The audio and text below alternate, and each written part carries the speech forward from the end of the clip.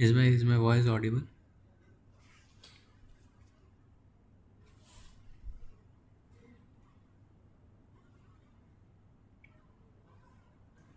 Yes, sir.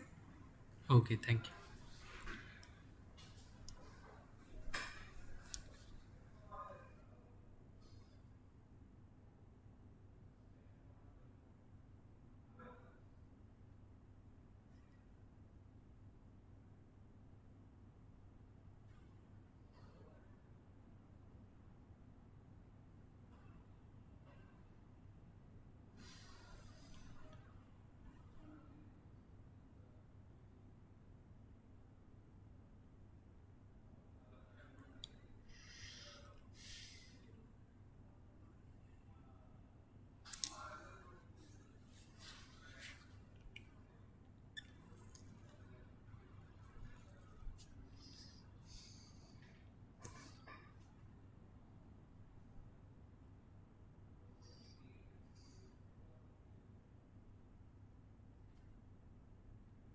So I'll start the session.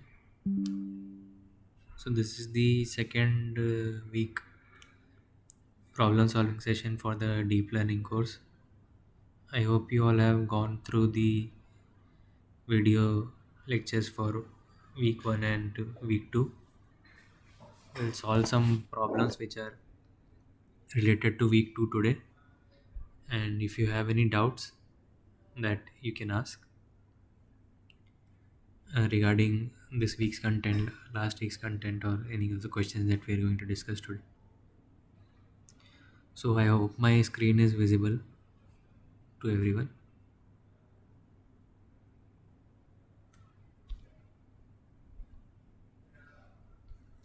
Is it visible? Okay. So we'll start with this first question. So I think in this second week, what was covered was about discriminant function and some introduction to linear classifiers. So for the first question, what they are asking is, suppose if you are solving a four class problem, how many discriminant function you will need for solving. So can someone tell me what should be the answer? What is a discriminant function?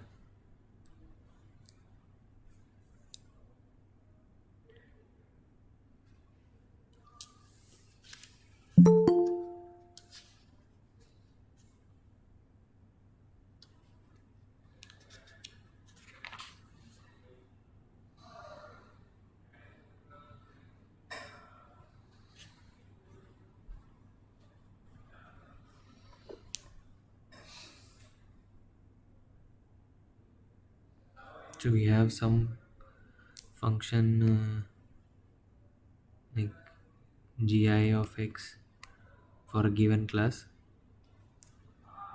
and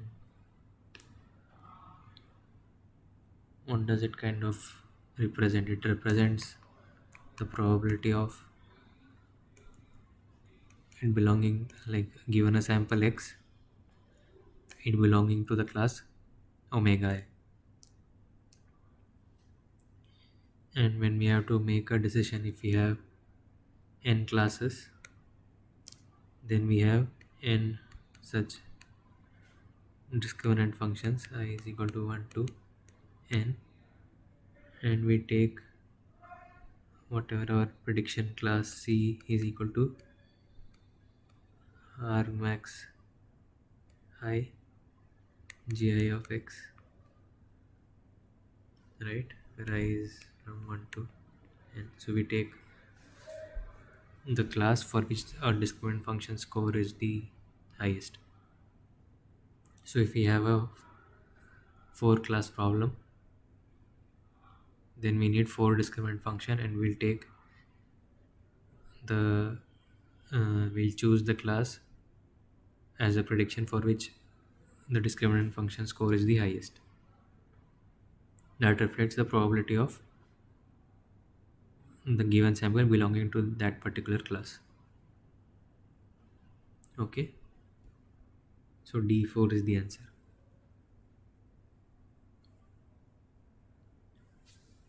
Any doubts in this?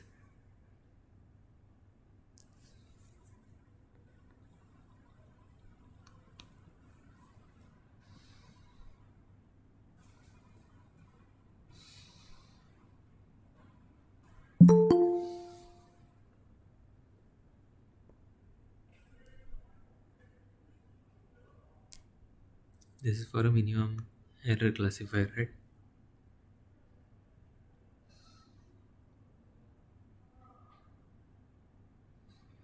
In case of a minimum risk classifier, we choose something like minus R alpha I given X, right?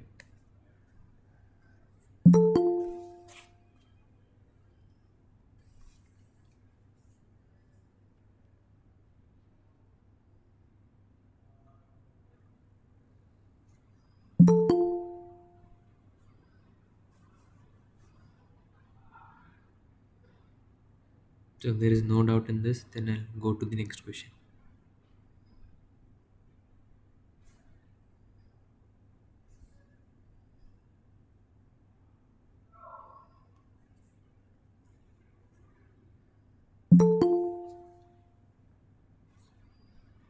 So here the question says there are two random variables x1 and x2 which follows Gaussian distribution with following mean and covariance.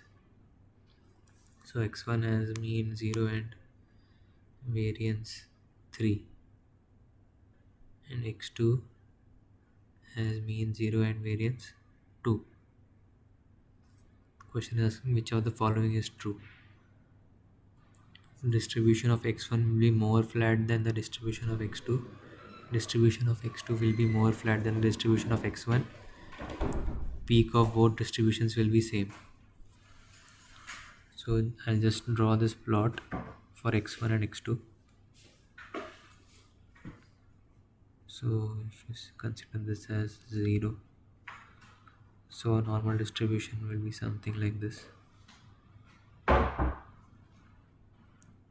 So let's consider this as x1, then how will x2 be like? So x2 has, since its variance is less, its width will be less. So if you decrease the width of x2, then its height should increase, right? It will be something like this, x2.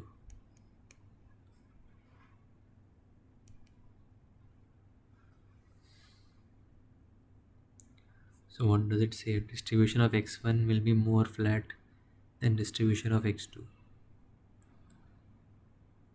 So that seems like the case, like x1 seems more flat than x2 because x2 is more concentrated near the 0 mean. It's more concentrated near the mean, while x1 is less concentrated near the mean and it's more distributed. X2 is not flat, right, as compared to x1. Peak of both distributions will be same. No, peak of x2 is higher and peak of x1 is lower. So I think A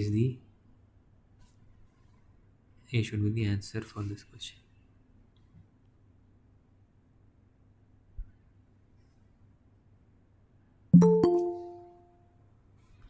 This was a simple question, right? Any doubt in this?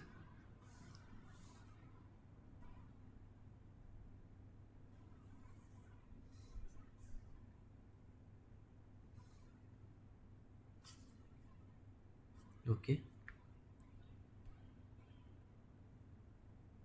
So let's go to this question. Here we have been given like two sets of two-dimensional vectors, it seems. One belonging to, like, each set has four vectors. One is belonging to this omega 1 and the other is belonging to omega 2. It is asked compute the mean vectors and covariance matrices of the two classes. Assume that classes are normally distributed and equiprobable. That is, probability of omega 1 is equal to probability of omega 2 equal to 0.5. Let the discriminant function for a class be the logarithm of the posterior probability of that class. Determine the decision boundary. Classify an unknown feature vector x 4.5, this one.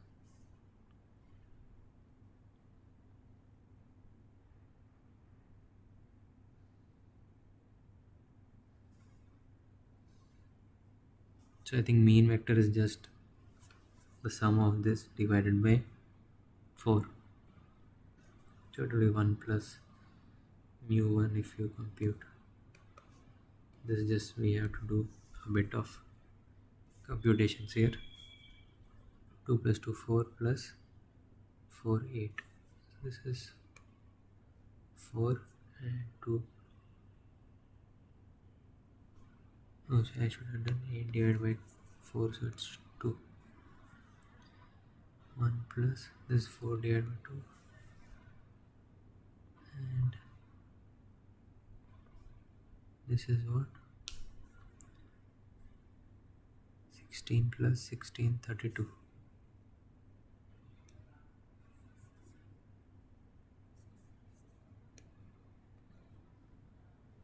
This is correct, right? Now how do you compute the covariance matrix? This is what, this is the expected value of xi, like x minus mu 1 transpose x minus mu 1, right?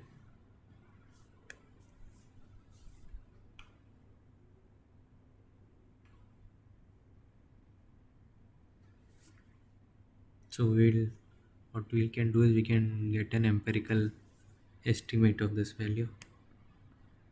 X minus mu 1 is what,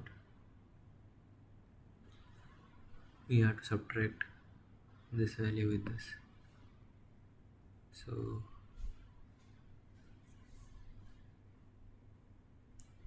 10 minus 1 0, this is one vector, and then 0 comma minus 1, 0 comma 1,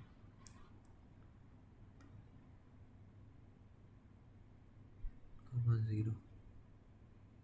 This is x minus mu. X minus mu 2 is what,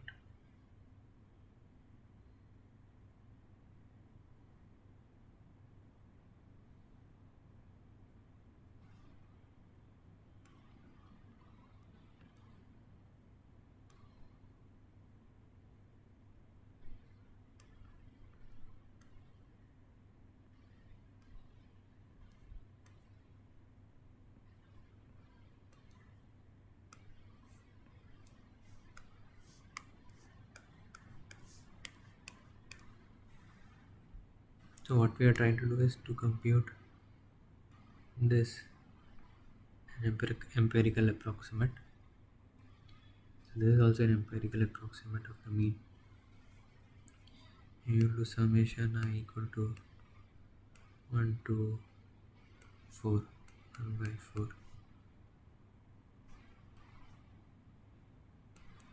xi minus mu 1 transpose x minus mu 1.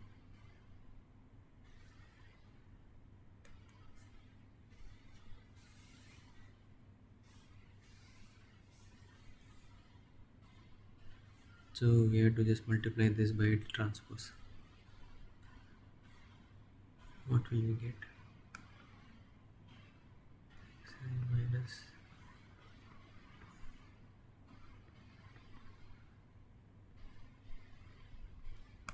what is this value?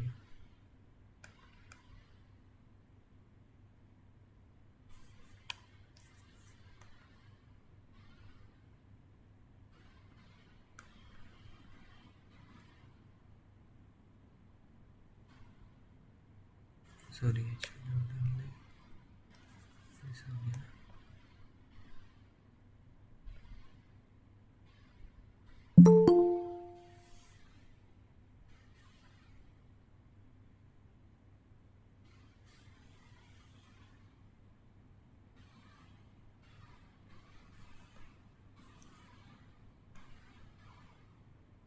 1 0 0 0 m 0 0 comma minus 1. So you all can also do this and just tell me what this comes.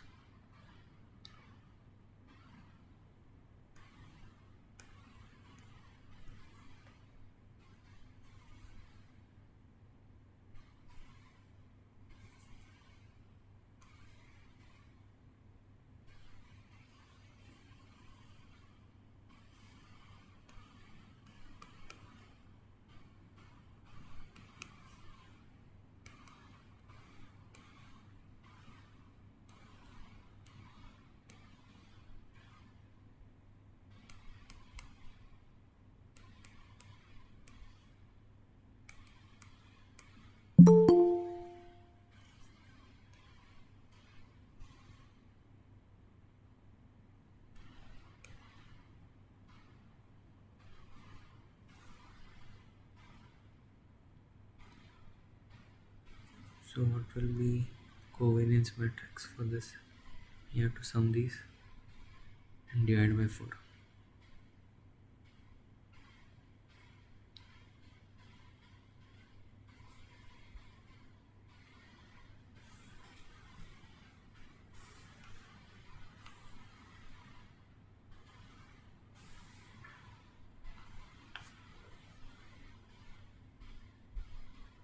So 1 by 2 0 0 1 by 2, right?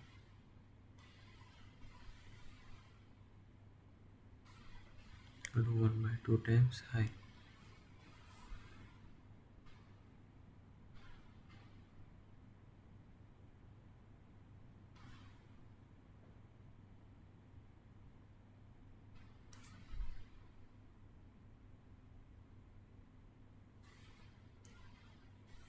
Similarly, can you compute sigma 2?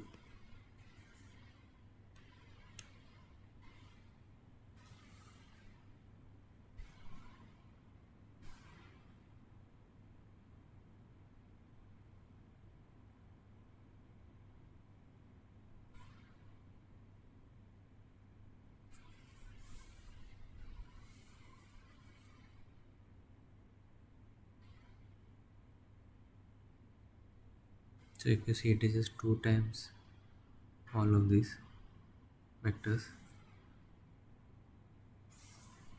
So this will come out to be 2 times I.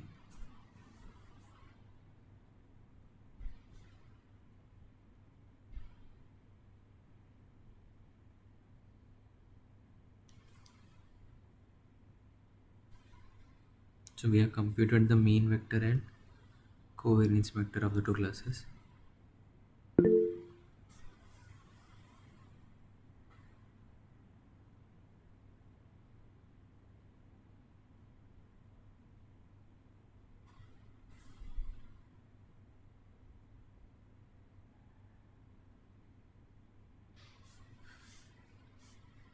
And I just increase the size of this page.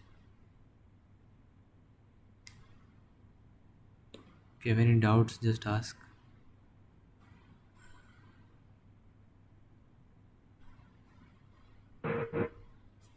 No, sir.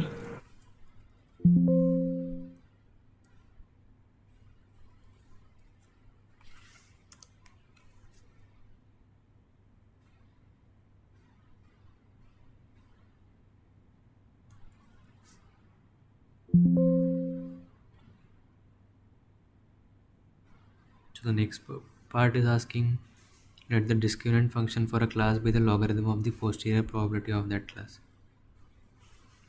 So the discriminant function is what? Log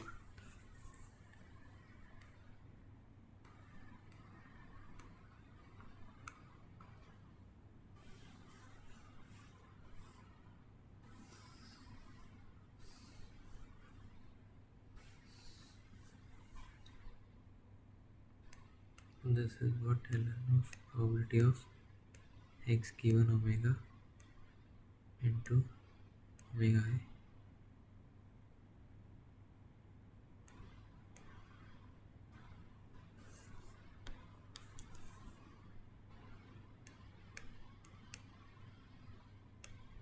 right?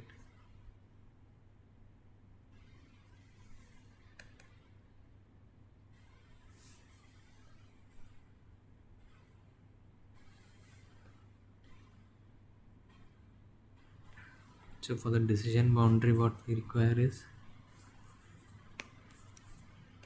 g1x minus g2x should be equal to 0.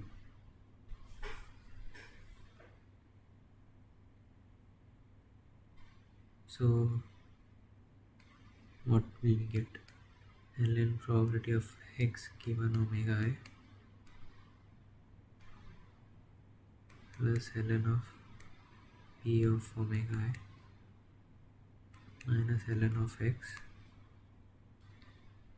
minus ln. So here it should be 1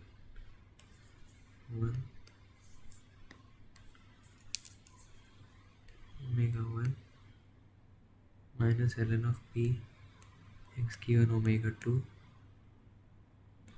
minus ln p of omega 2 minus ln p of x. So this will be plus, this is equal to 0. So it's p of x, sorry. This term is cancelled, this term is cancelled, and p of omega 1 is equal to p of omega 2, so this is also cancelled.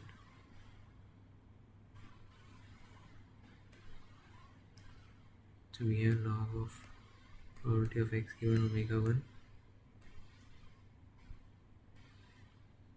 minus log of probability of x given omega 2 is equal to 0.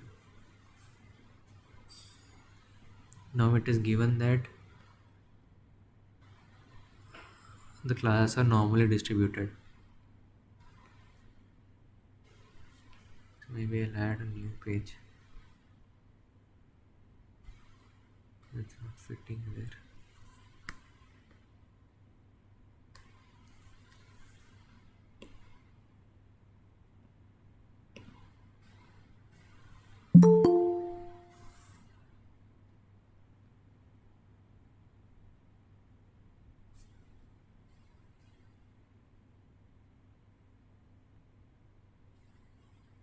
So the classes are normally distributed. So I have ln p of x given omega 1 minus ln p of x given omega 2 is equal to 0. So we can expand this using the normal distribution formula. So when you do this, you will have ln into 1 by 2 pi, what is sigma, with this, right, into exponential x minus mu1.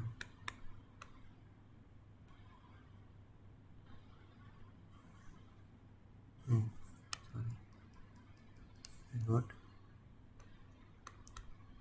this is a vector,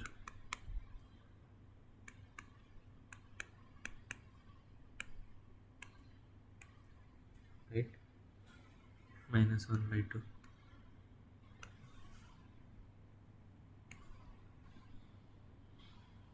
This minus ln 1 by 2 pi sigma 2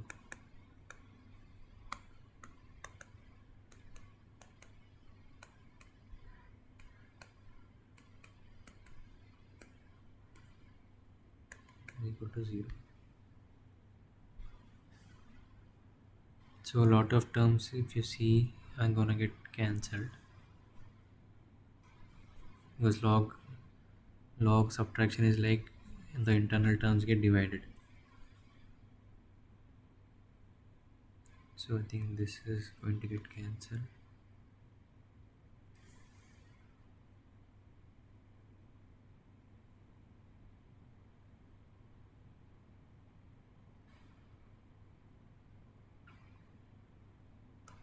Mu ln sigma 2 half by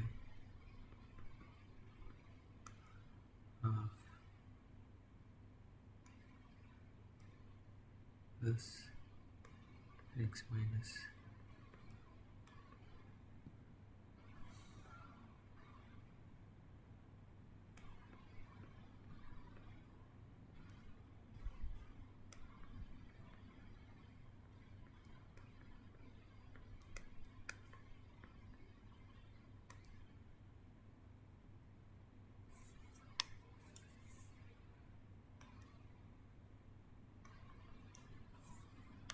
plus 1 by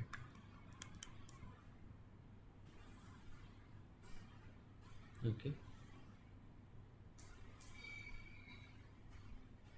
So now what you have to do is you have to find sigma 1 inverse. So determinant you can find easily from of the covariance that we have found for sigma 1 and sigma 2. Sigma 1 is half times I, sigma 2 is 2 times I.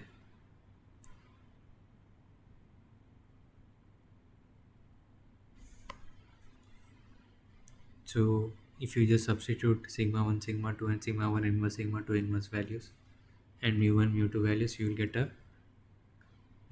a function in x which is your g1 minus g2x, which is your decision boundary.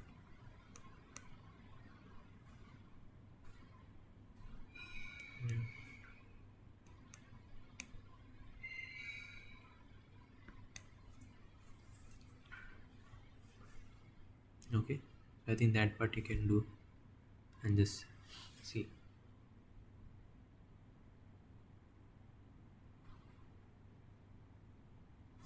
You can just write what comes in the end.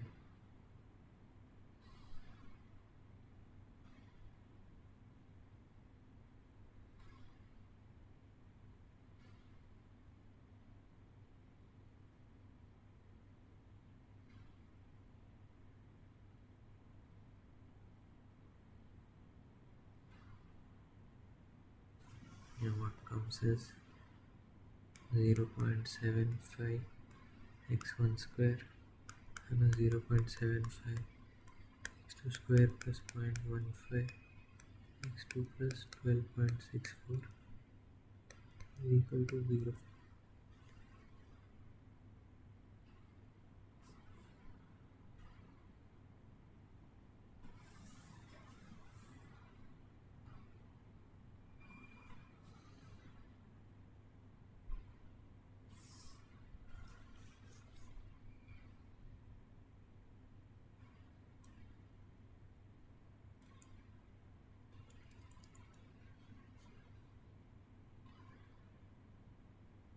The last part of the question was classify an unknown feature vector x 4.5 comma 1.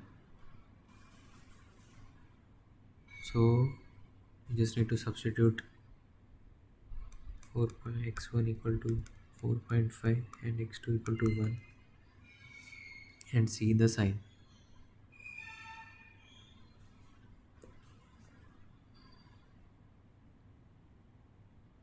So what will come here is 0.75 into 4.5 square and a 0.751 plus 1.5 into 4.5, sorry it's x2, so it's 1.5 plus 12.64. We need to check what is the sign of this value.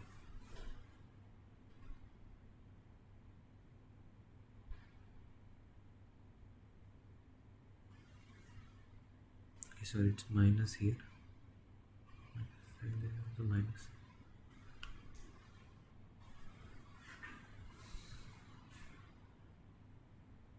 So I think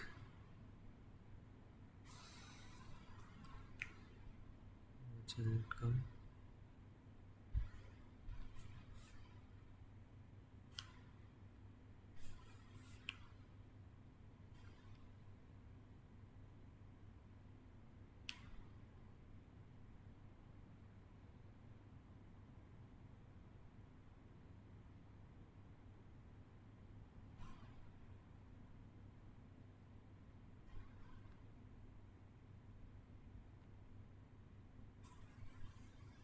So this comes out to be 14.4375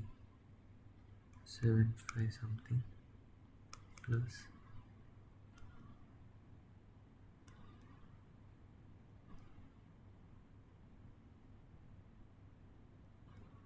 0.14. So this value will be less than 0. That means g1 x minus g2 x is less than 0. That means g2 x is greater than g1 x, so we can say it is from class 2. Let point x 4.5 comma 1 belongs to class 2.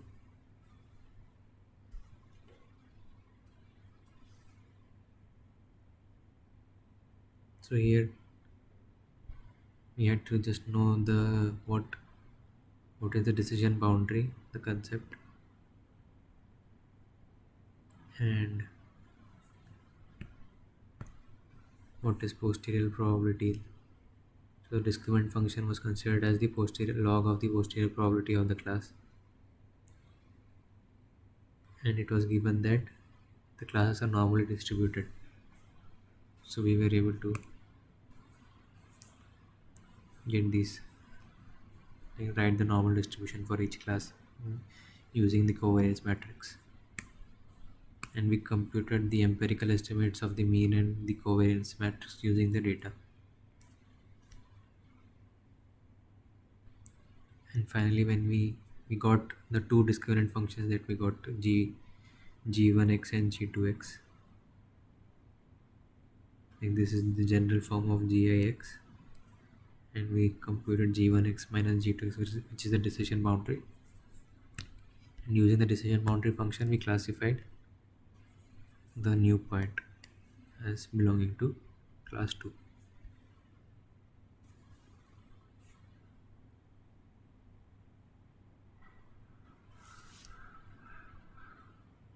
Can you please explain how did you write that equation containing x1 and x2 from that decision boundary expression? Oh, you mean this? This is what you're asking, no? So here if you see, this x is a vector of x1 and x2. So I had actually skipped that part. Maybe I can just do it if you want. One second. I'm trying to insert some space here.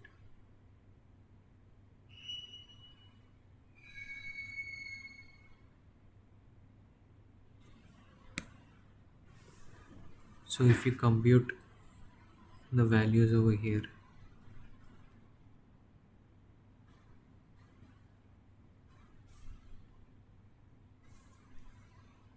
sigma 2 determinant, if you see, you will get it from here. Its determinant is half. So you can take this half outside and you will have ln.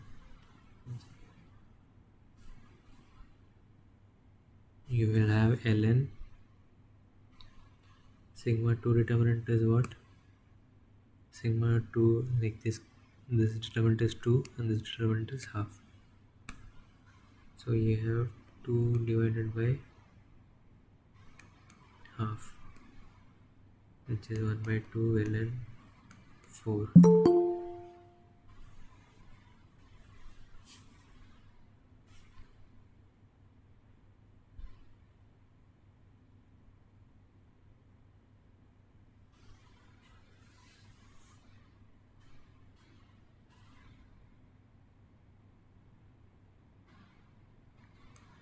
minus 1 by 2. So here you have x1 minus mu1 is what?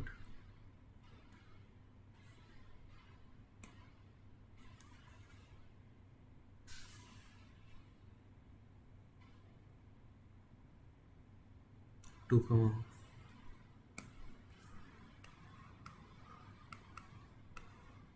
into sigma 1 inverse. So that is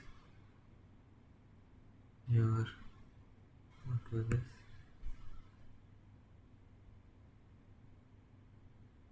I inverse, half I inverse.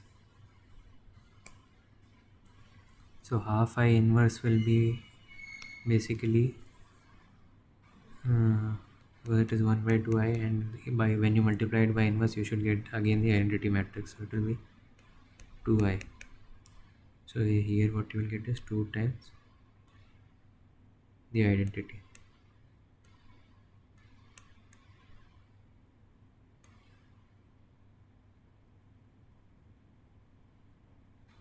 And this was transpose, I guess, and this is x minus mu1, so the same thing,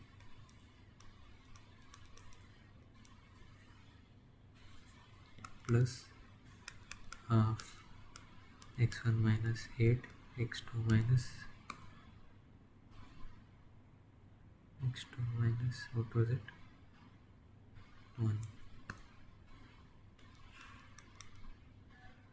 and this will be half 1001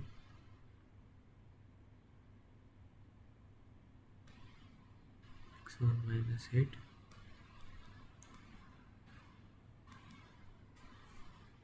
is equal to 0.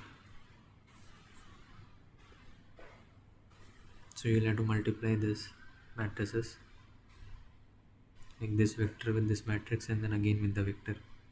So when you multiply this vector with the matrix, you'll get a vector, and then again when you multiply with this vector, it will be in the dot product value. So is this clear, or do you want me to? So when you compute this, this is the value that you get. I just skipped that part initially.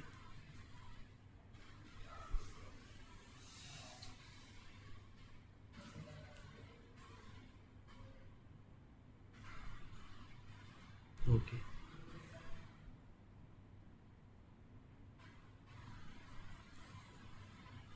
So I can go to the next question. Any doubts in this? Anyone else?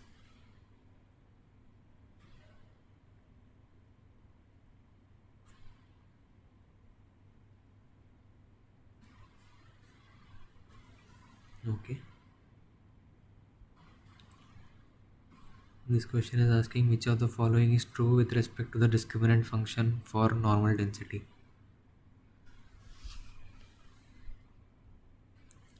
The decision surface is always orthogonal bisector to two surfaces when the covariance matrices of different classes are identical but otherwise arbitrary.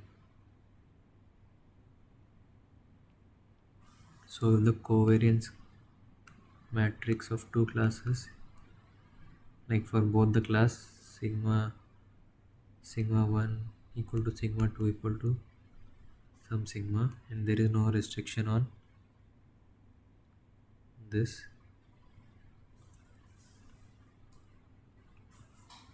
the covariance matrix. So the decision surface will always be orthogonal bisector to two surfaces. So is that the case?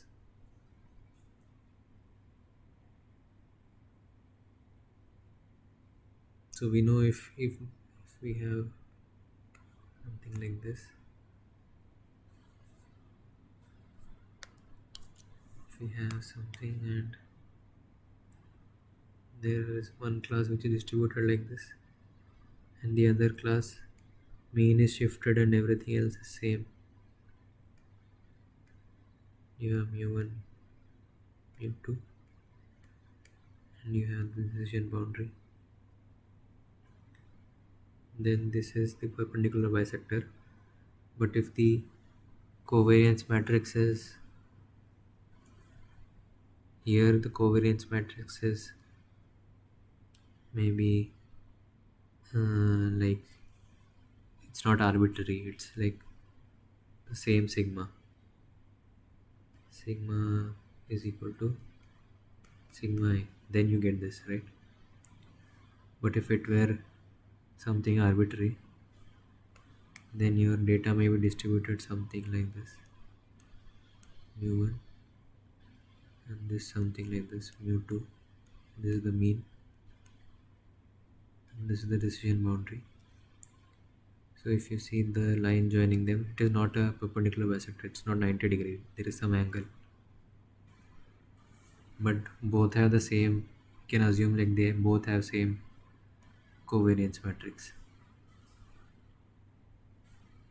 So sorry, the question is not visible, you see.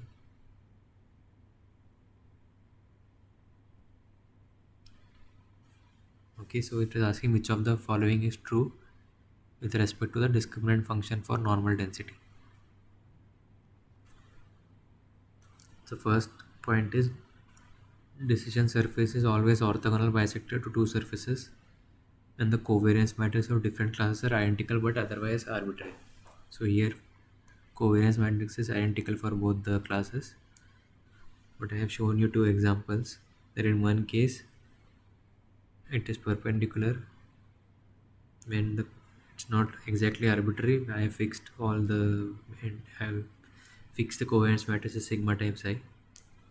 I've shown you other case where it's not sigma times I, where both you can see they have the same covariance, but the decision boundary is not perpendicular. So this option is incorrect.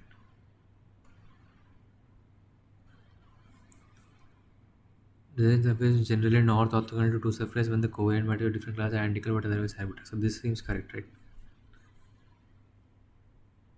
Is generally not orthogonal. In some cases it can be orthogonal, but generally it may not. What does it mean by normal density? So it means you have the data is distributed uh, with some mean and some covariance.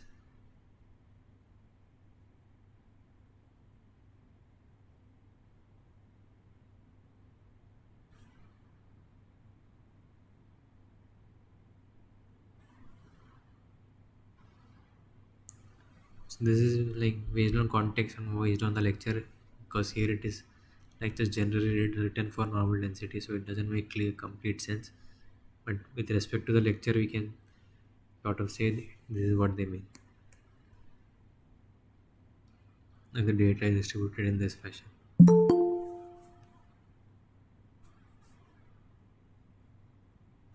But as such, it is like a very incomplete information. I hope I'm clear.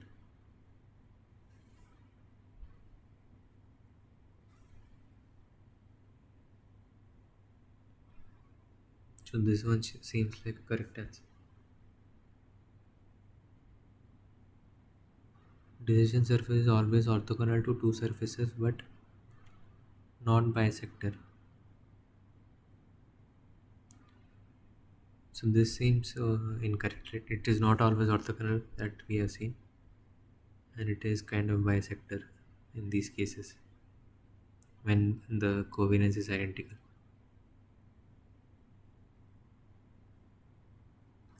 Decision surface is arbitrary when the covariance matrix. So this we can say is incorrect. Decision surface is arbitrary when the covariance matrices of different classes are identical but otherwise arbitrary.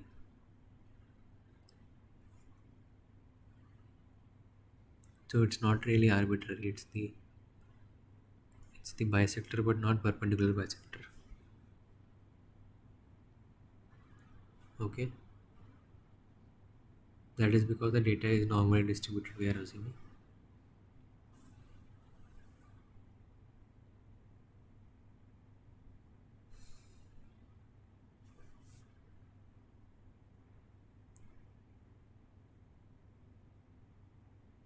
think if in your exam this comes, it will be clearly mentioned like both the classes are normally distributed or something like that.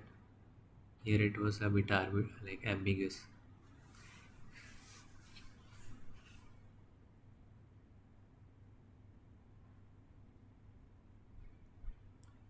Any more doubts on this?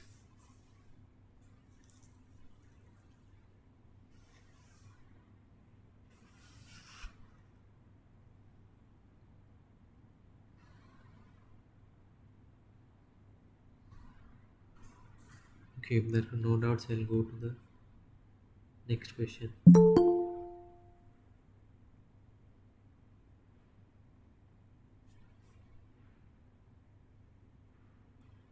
You understood what is normal density, right? Like the distribution function is normal distribution. Probability of some sample x1 given omega 1 is from this distribution. Normal mu 1.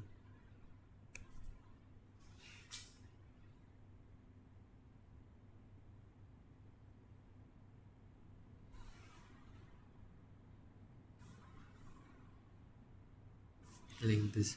This is one of the normal distributed data. This is the other one.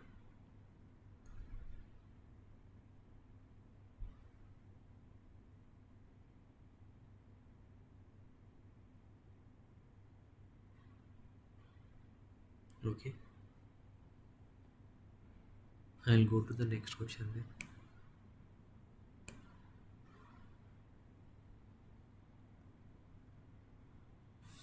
In which of the following case the decision surface intersect the line joining the two means of two class at midpoint? Consider class variance is large related to the difference of two means.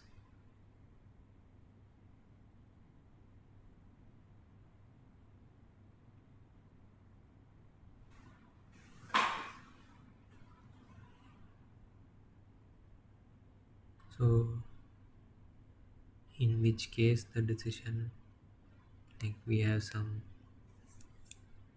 data its mean is mu1 and some other data its mean is mu2, and we want to find out in which case the decision boundary is at the midpoint, like it's like this or like this or something like that, when both covariance matrices are identical and diagonal matrix.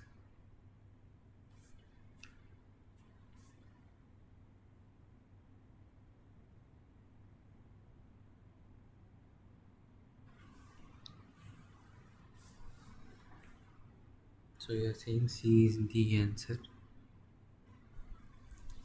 Why A won't be the answer? Can someone tell me?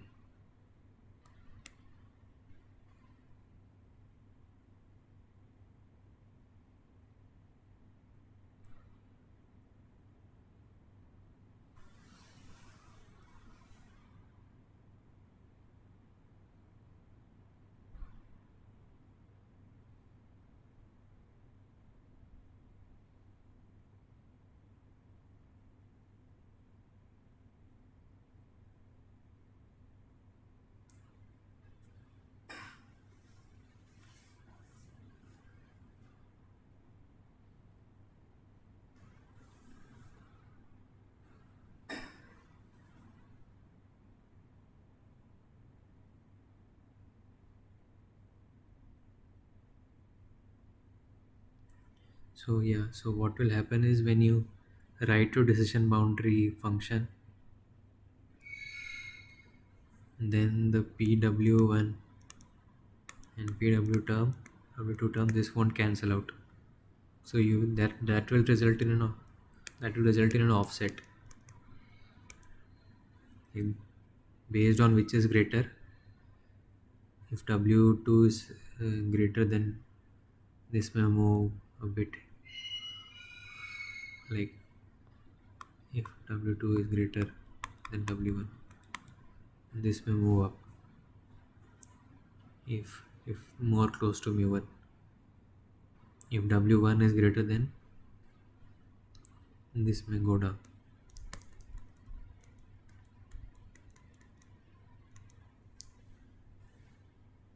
close to mu 2.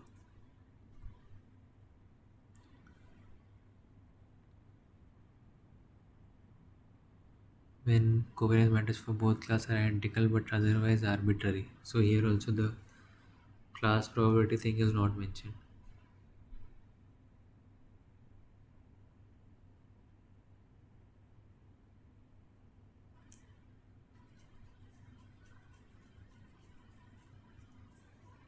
So here it says in D, covariance matrix for both classes are arbitrary and different. So here it can be an arbitrary decision boundary and we cannot really say whether it will be a bisector or not. So yeah, so C is the right answer. Okay, I think this was discussed in class and the lectures also, right?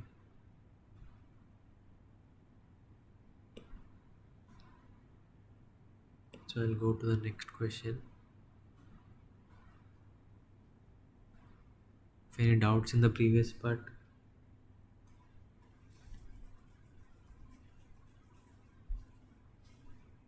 okay, so then I'll discuss this one. The decision surface between two normally distributed classes omega 1 and omega 2 is shown on the figure. So this must be omega 1, omega 2, and this mesh kind of thing, curved mesh, this is the decision surface.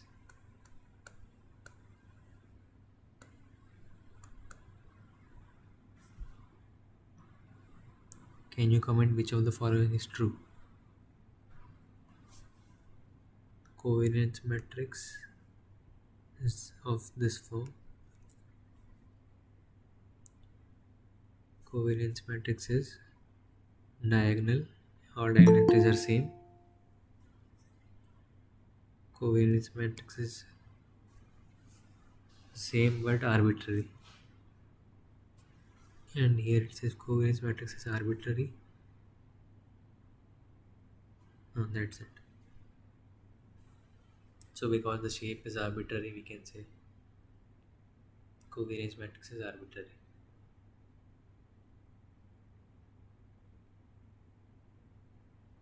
Okay.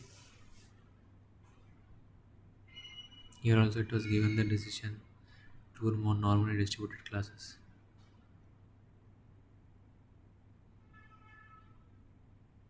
Yeah.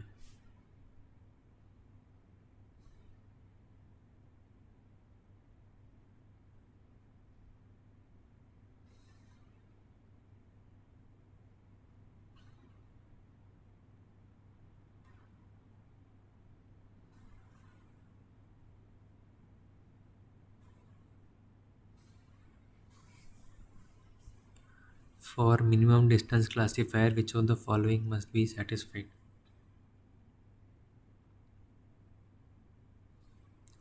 All the classes should have identical covariance matrix and diagonal matrix. All the classes should have identical covariance matrix but otherwise arbitrary. All the classes should have equal class probability.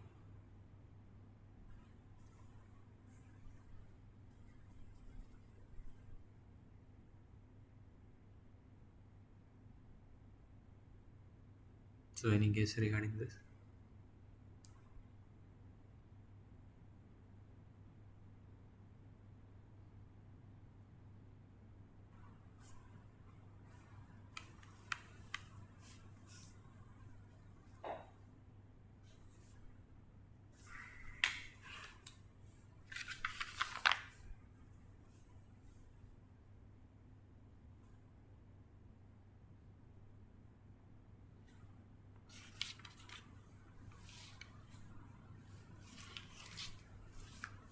You're saying all the classes have equal probability. So why is that important?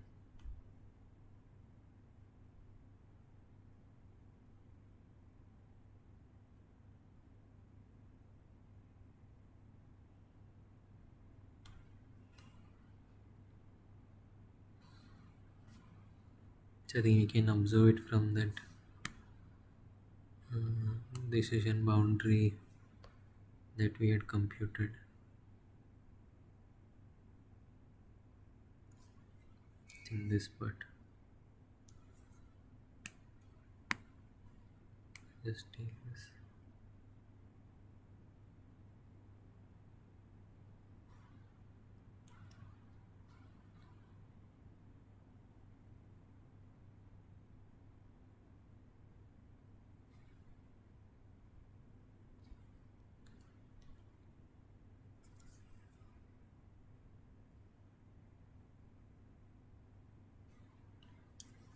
So then let's say this doesn't get cancelled. If probability is not equal, this term will not get cancelled, right?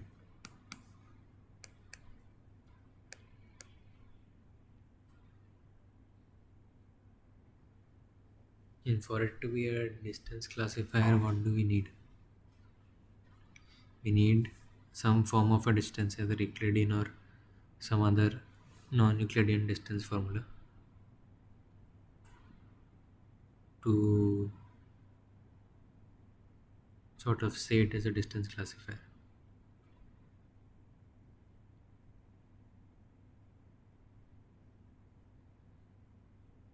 So do we get that when class have equal probability? So this term will get cancelled, and then what do we get? So here also it was like something like that, and then we were getting this thing.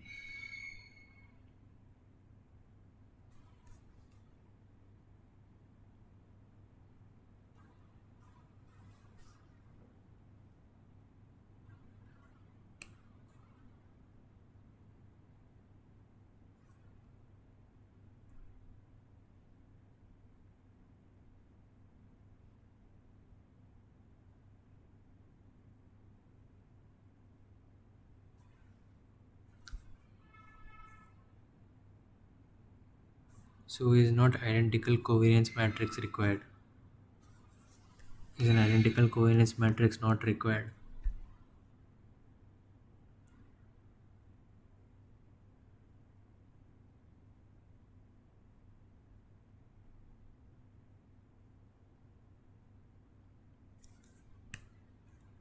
What we were getting over here?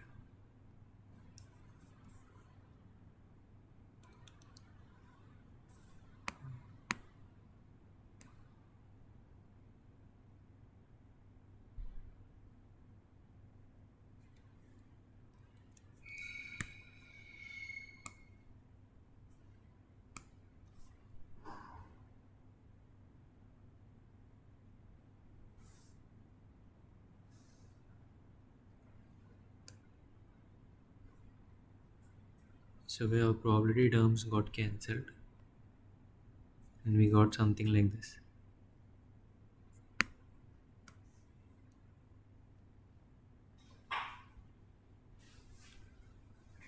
So then what we essentially are saying is this function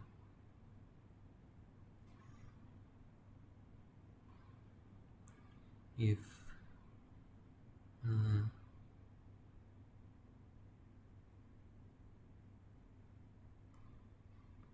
x minus mu1 transpose x minus mu1 plus ln sigma 1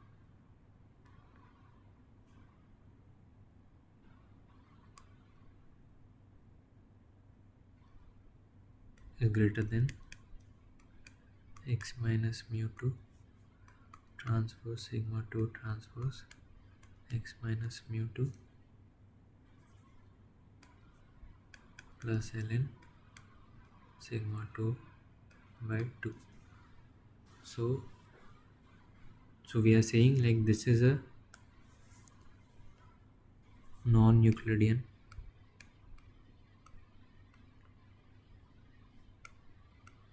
distance from mu1, and this is a non-Euclidean distance from mu2 of the point x.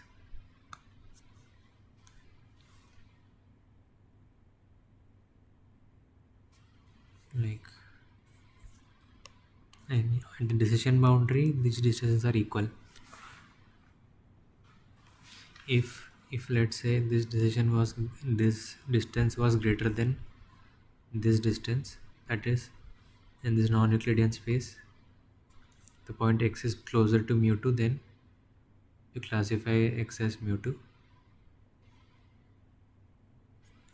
If this distance was less than this, you can call this as some d1 x comma mu1 and d2 x comma.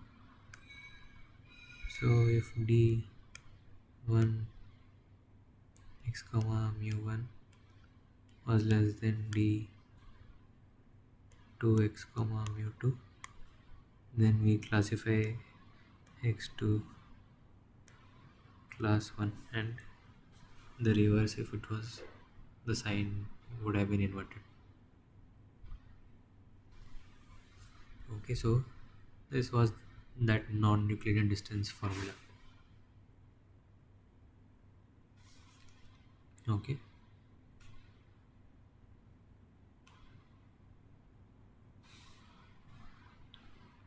but the only problem with this is, if you see, there is a slight problem in this. That is, if the point is exactly at the mean, then the distance ideally should be 0. But here the distance is not actually 0, you get some term.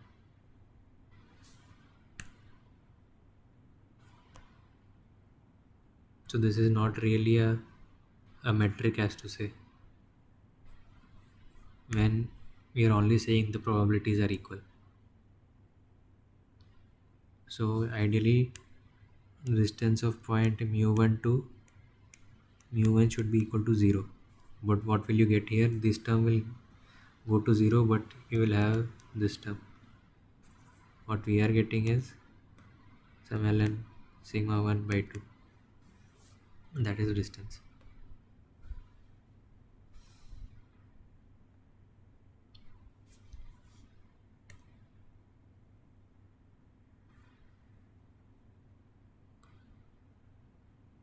So in that case, can we say, like, having equal class probability is enough?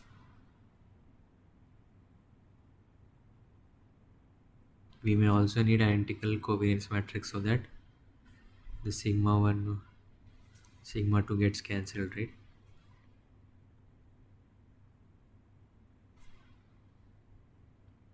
Am I making sense?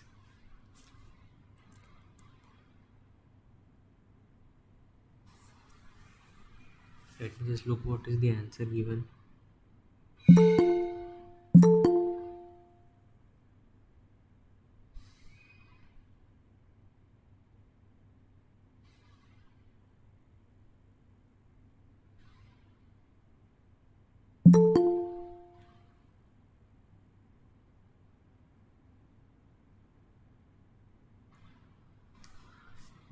Okay, so in the answer also it is given C, but I think it should be none of the above.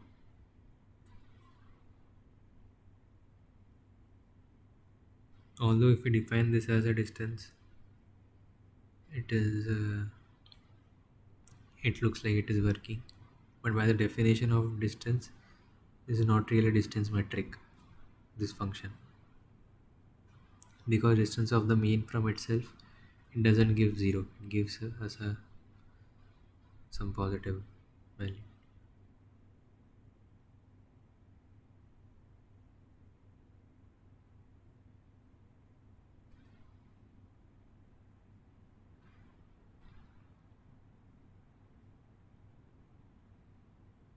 So you should have had like the analytical covariance matrix also.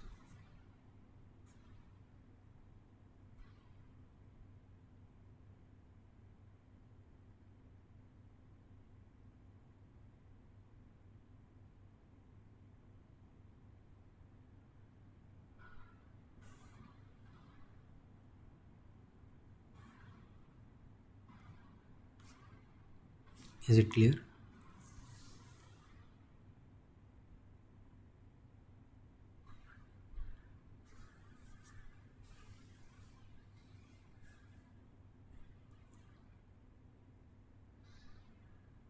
So I think the answer should be D.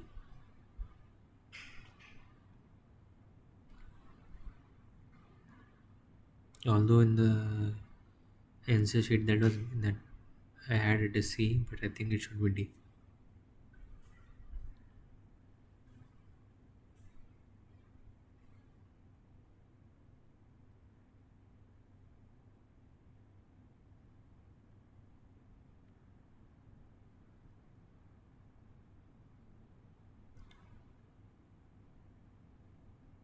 So it doesn't seem completely correct to me.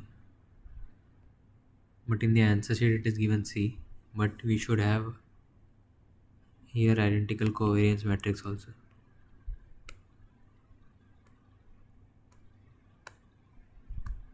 Because because if it's not identical then these terms would still be there, and the distance of a point from the mean to itself, it is not zero.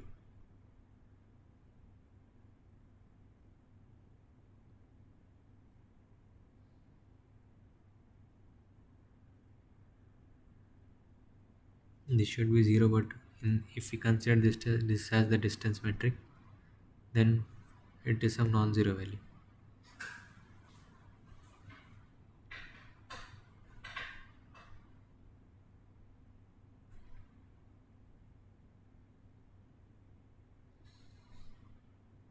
So I think the correct answer is D.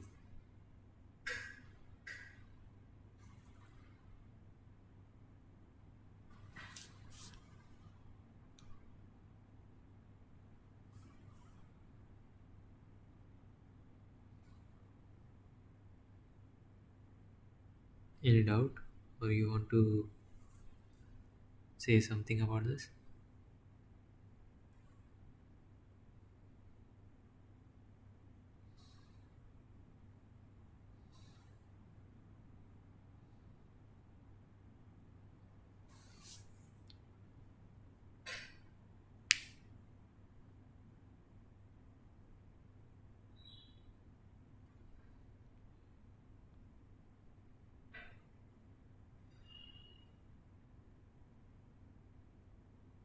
Was it clear why I'm saying it's none of the above?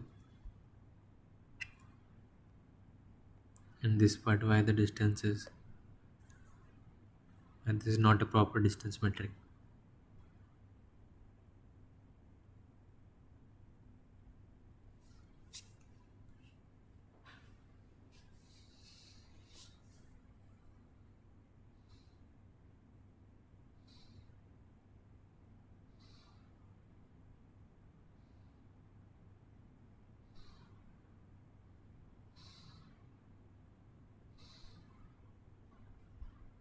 Okay, if there is no doubt, then I can go to the next question.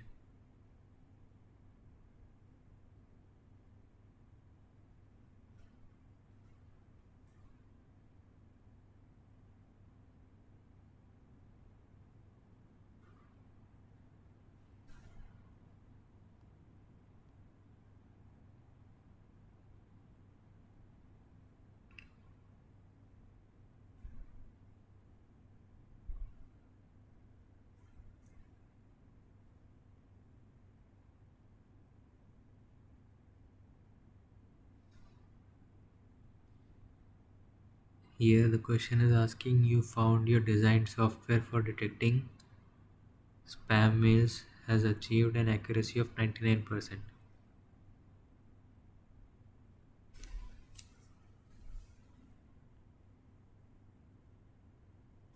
It can detect 99% of spam emails, and the false positive.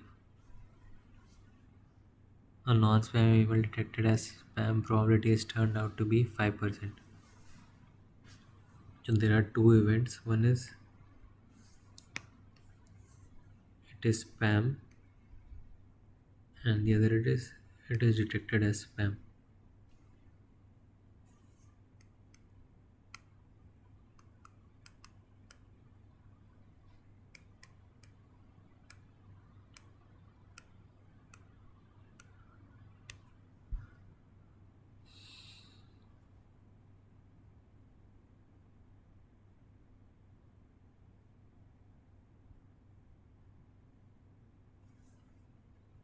So probability of detecting spam given detecting it as spam given spam is 0.99. That is what is given, right? And the false positive probability turned out to be 5%. That is probability of detecting spam when it is not spam is 0.05.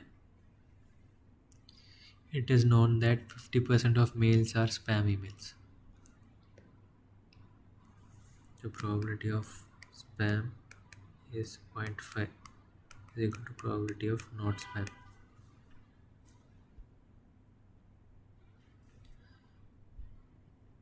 Now if an email is detected as spam, then what is the probability that it is in fact a non-spam email?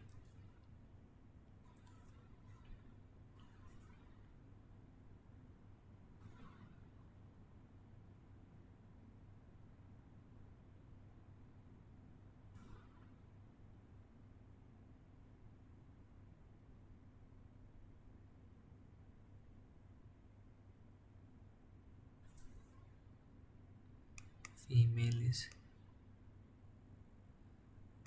so this is what is asked now. Given that it is detected as spam, what is the probability that it is in fact a non-spam email?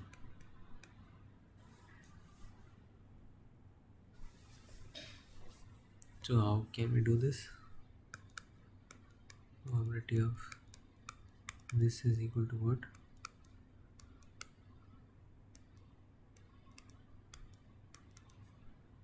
Or into probability of S bar upon probability of D, right?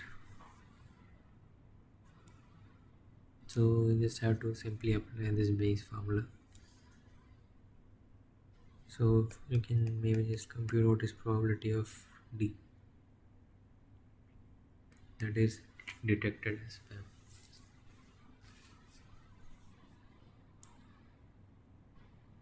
So that will be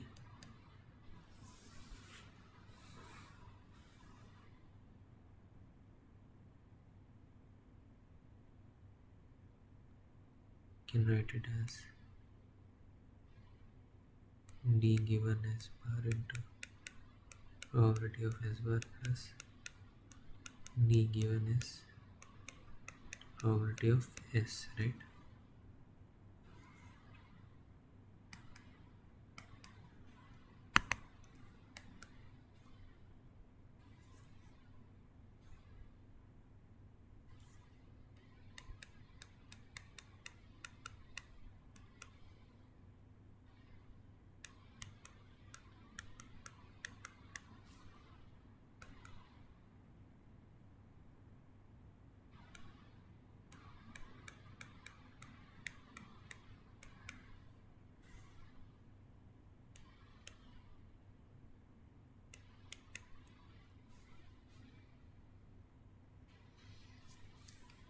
Right?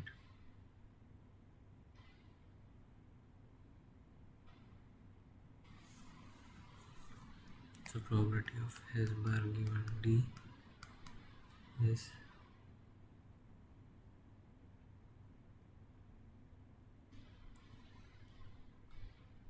D given S bar is what? 0.05 into zero point 0.5 upon 0.520.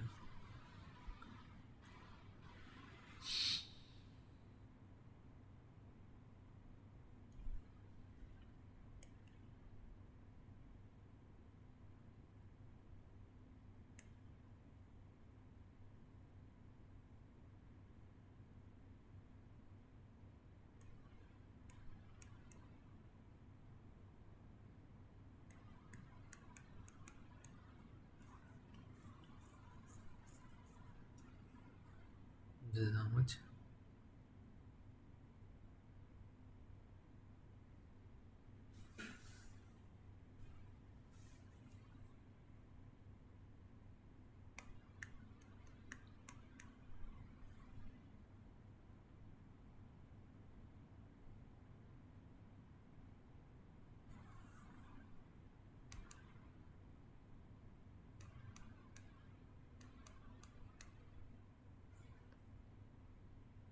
This is A, right? 55104. So, like quite straightforward, we just use the base formula and we had to just identify what are these probabilities that they are mentioned in words.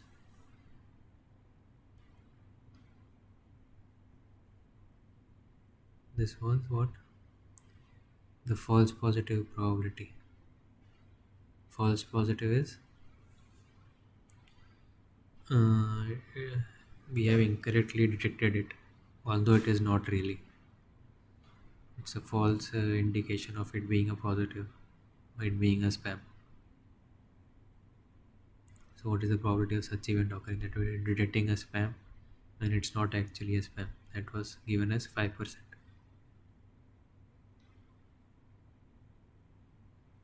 Okay, any doubts in this?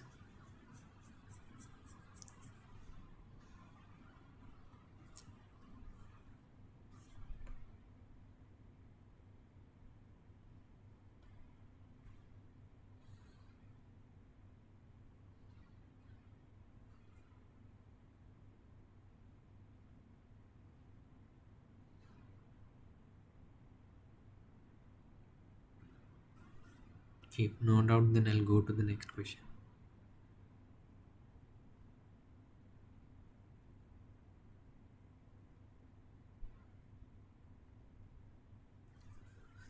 So here they are asking which of the following statements are true with respect to a KNN classifier. In case of very large value of k, we may include points from other classes into the neighborhood. So that seems correct, right? We have some new sample and maybe these are its neighbors, and maybe one class I have a lot of samples.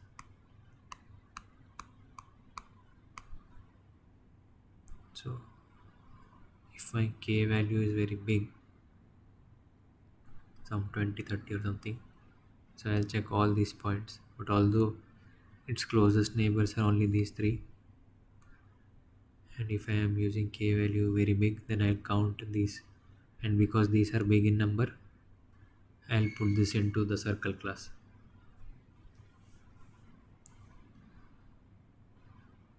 So points from other class may be included. In case of too small value of k, the algorithm is very insensitive to noise. That is also possible. Like, what will be an example? Let's say there's too many of these, and x's are like this, but I have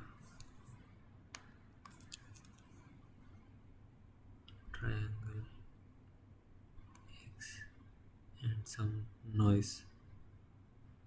Let's say this is the noise. These are two circles, and if I look at three, just three neighbors, I look at these three, but these two are majority. Or maybe if it was just one point, and this was here, let's say, then also this one noisy point. Because of this, if I am looking at just one neighbor, then this square will be classified as the circle. So in case of too small value of k, the algorithm is sensitive to noise. KNN classifier classify. Someone is saying something.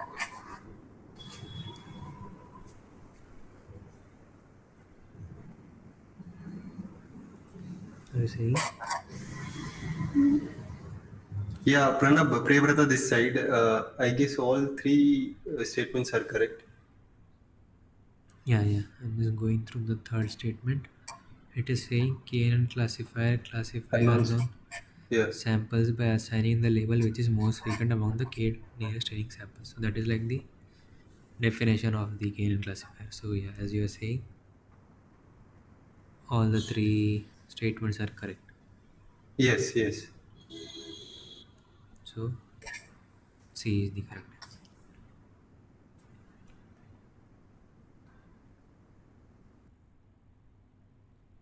So I hope that is clear. Like, it was simple question.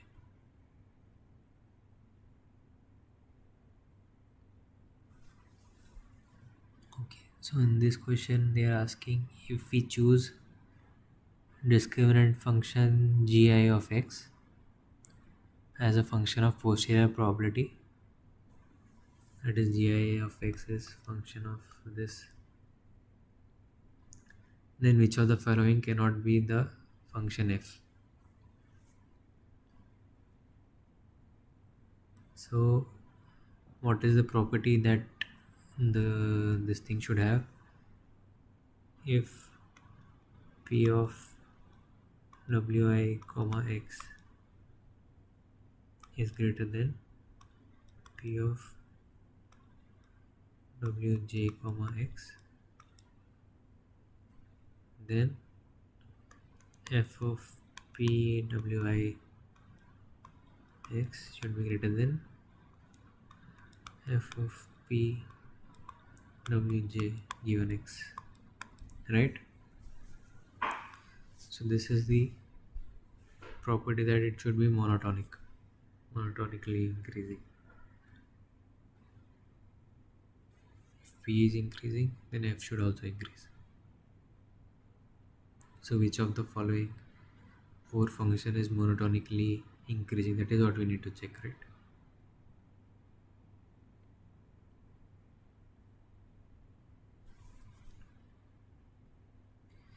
Oh, so it is asking which of the following cannot be. Which of the following cannot be. So which is not monotonically increasing function. So if you see f of p is equal to a power p, where a greater than 1, so that is a increasing function.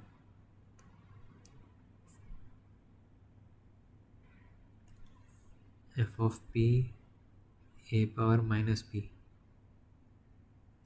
so that will be a decreasing function, right?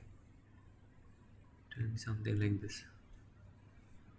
This is not monotonically increasing, so this can be our answer. 2p plus 3, so that is a straight line, some straight line. An exponential of p, that is same as our first option, something like this. So this b is our function which is not a candidate for the function f.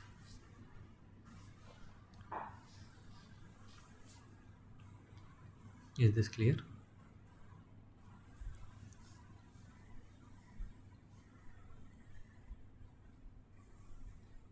So in most of the cases, like in neural networks, the thing that you do is you try to learn this f function, which will kind of be a proxy for your probabilities. That is what many of its application is about.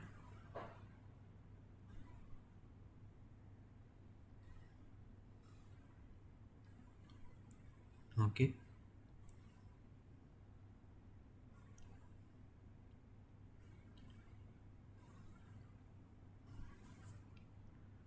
Okay, this is a very simple question. It is asking the decision boundary of a linear classifier is given by the following equation. This is the equation. What will be the class of the following two unknown input example? So we just substitute the points in this and see if it's positive it belongs to class 1, if it's negative it belongs to class 2. So if we substitute 1 comma 2 instead of x1 comma x2, I get 4 plus 12 minus 11, which is positive. So a1 belongs to class 1 and a2 1 comma 1 is it will result in minus 1. So a2 belongs to class 2. So it is this. Okay.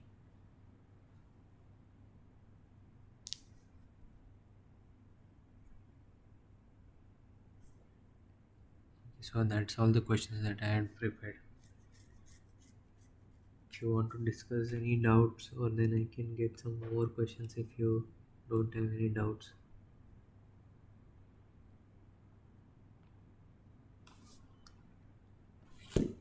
You want to discuss any? You want to ask some doubts from the lecture or from the week before, the previous assignment, previous week assignment, whatever question was there from that,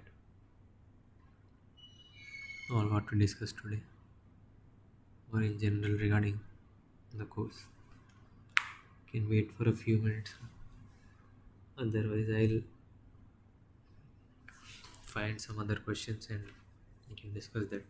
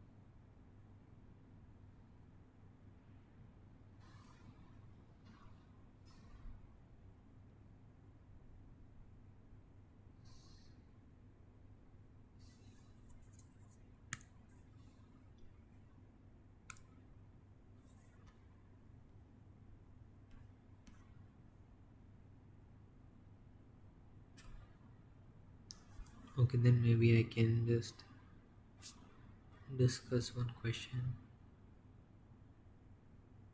Hmm.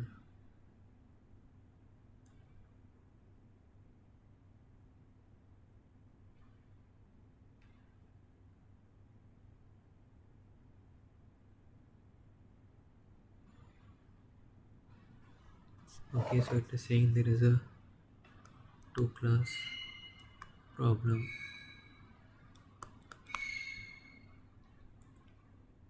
and you have a d-dimensional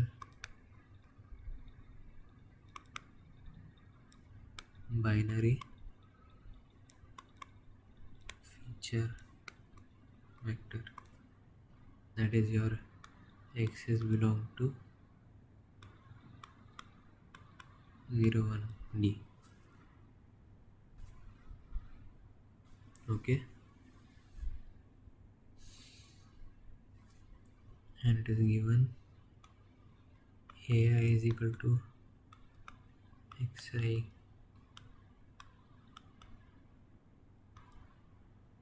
and bi is equal to probability xi equal to 1 given omega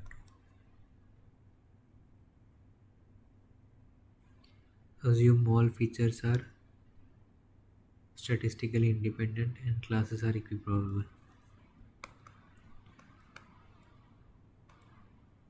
Omega equal to omega 2 and x size is IID, that is okay.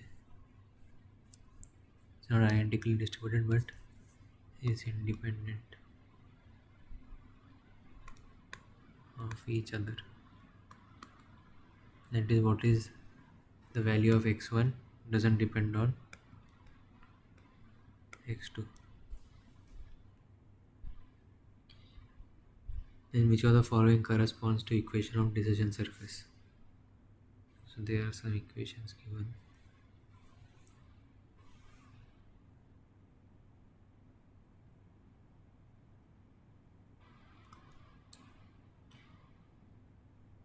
A is given like this.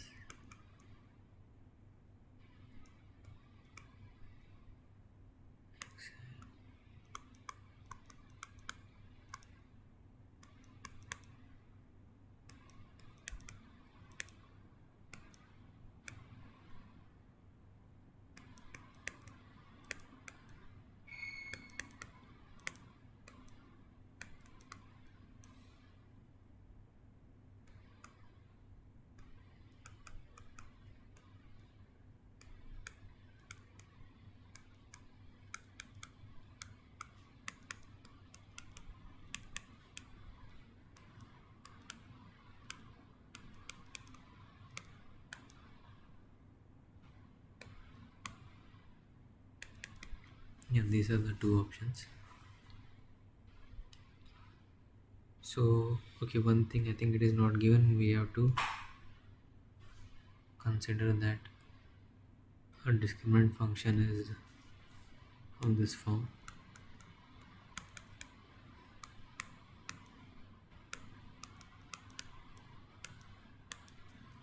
Okay, so we need to find out our decision surface is g1x minus g2x equal to 0. So similar thing we did in the one of the initial questions also.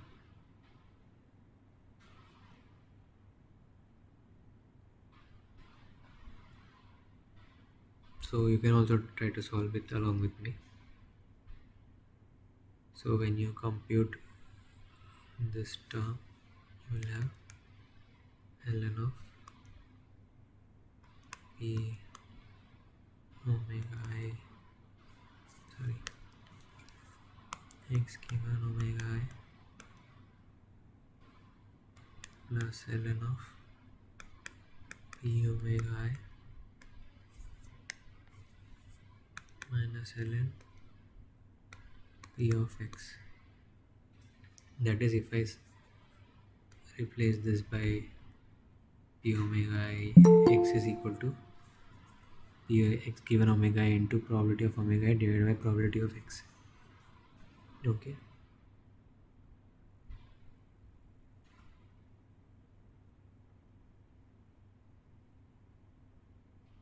Any doubts so far?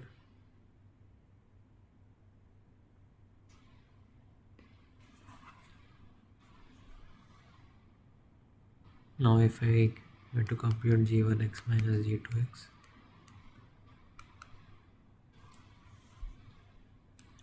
p omega 1 omega 2 will get cancelled and I'll have ln p x given omega I omega 1 minus ln p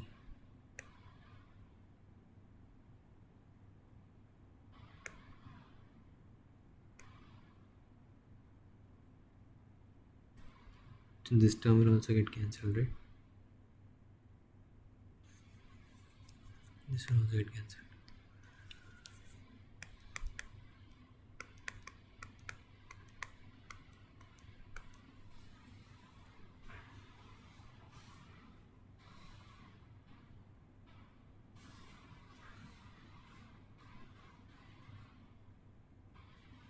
And I think this was given to us. We have been given these.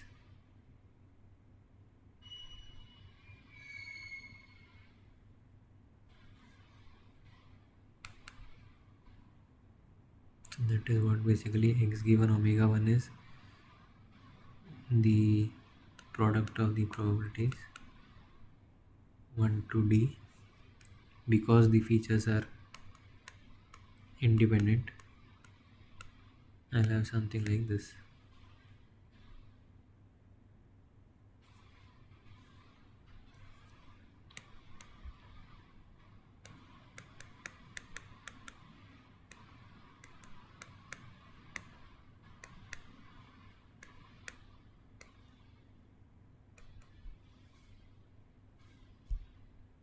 So this xi given omega 1 is what? It is ai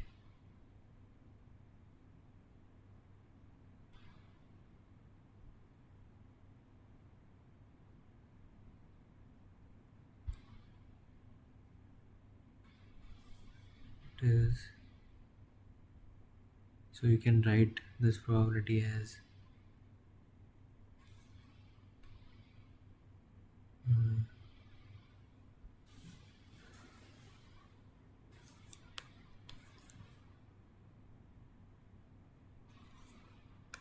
ai power x into 1 minus ai power 1 minus xi, right? So when xi is 1, this term will be 1 and you will get like ai is the probability of xi equal to 1 given wi, and when xi is 0, this term will be 1 and you will get 1 minus ai, which is the probability of xi equal to 0 given w1. Okay, ln of this minus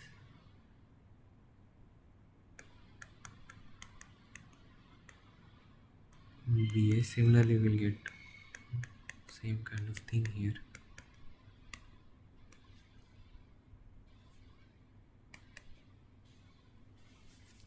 So this product we can take it outside, it will become summation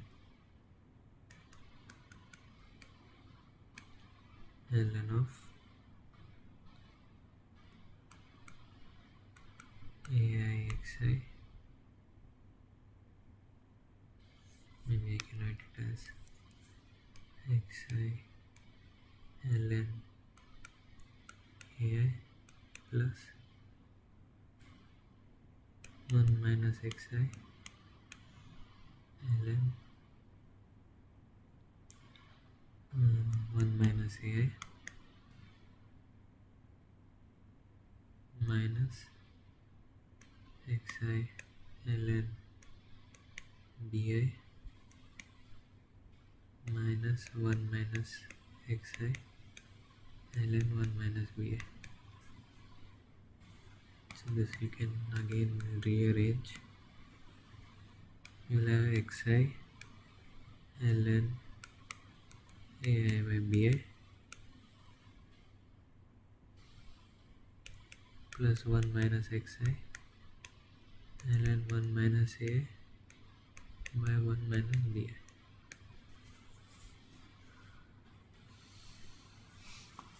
Yeah. So which option was this? This XI ln AI by BI. And 1 minus A by 1 minus BI. So this A is the correct answer.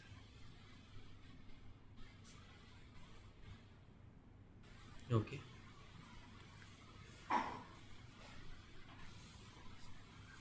So this was very much similar to what we had discussed in the second question, I think second or third question. Only thing was here it was given that the xi is independent of each other and its distribution is of this form, and x is a binary variable. Each x is a d-dimensional binary vector. So that property we used it to get, like, first the independence of xi's allowed us to make it as a product of this probability to split that as a product of each of the dimensions, and then given that xi was binary and its probability in terms of ai, we got this terms, and then we just had to bring it to this form.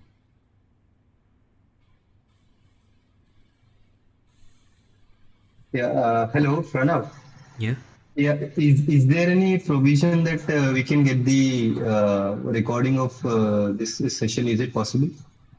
yeah, this session will be uploaded in YouTube, Okay. and the notes also will be shared. So in Okay. the Okay. Yeah. in the where you watch your video lectures, right? I'm in process. I'm in process. Okay, so in that you have that week wise, week 1, week 2, like that you have, na? Yes. Yes. Yes. In the last section I think there is some uh, section in which if you click that problem solving session or something like that, if you click that, you will get the links to all this. Okay. Okay. Yeah. Thank you. Thank you. Okay.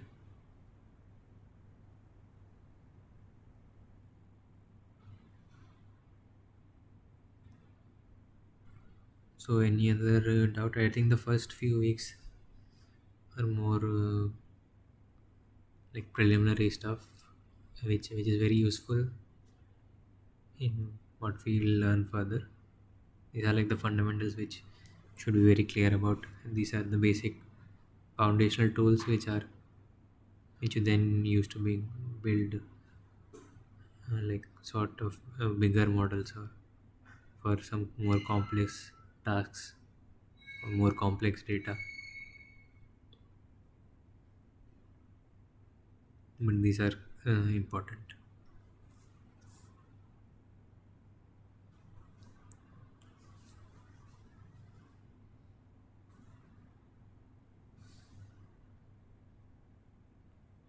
Okay, any doubt that you want to ask?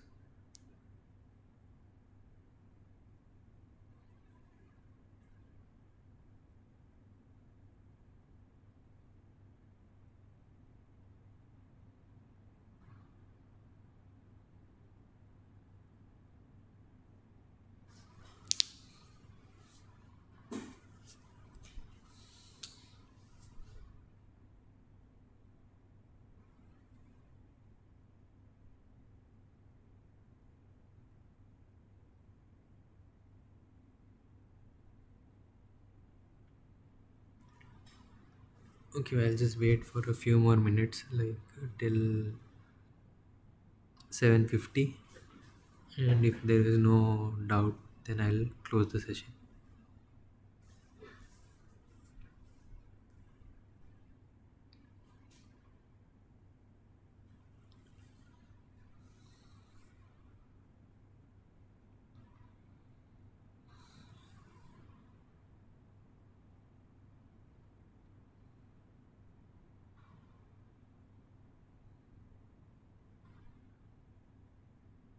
Yeah, Pranav, I have one query. Yeah. Like these basics are relevant irrespective of the frameworks, whether TensorFlow or PyTorch, either of this if we implement. So these are relevant to them as well. So these are like more mathematical foundational principles which you use to model the problem. So TensorFlow, PyTorch is like libraries in Python which have been developed, which have kind of incorporated all these operations so that you can run it on a processor. So those things are like, I think programming part is not really covered in this course. There may Okay, be okay. some other courses which may like talk about programming, but here it is more of the theory and what the Towards the mathematical side. yeah, yeah, Okay, and okay, understanding okay. like Got it. how these are applied in different cases, what kind of models are applied, why for a particular kind of data a certain kind of model became like came to be used, like that. Okay, okay. Got it.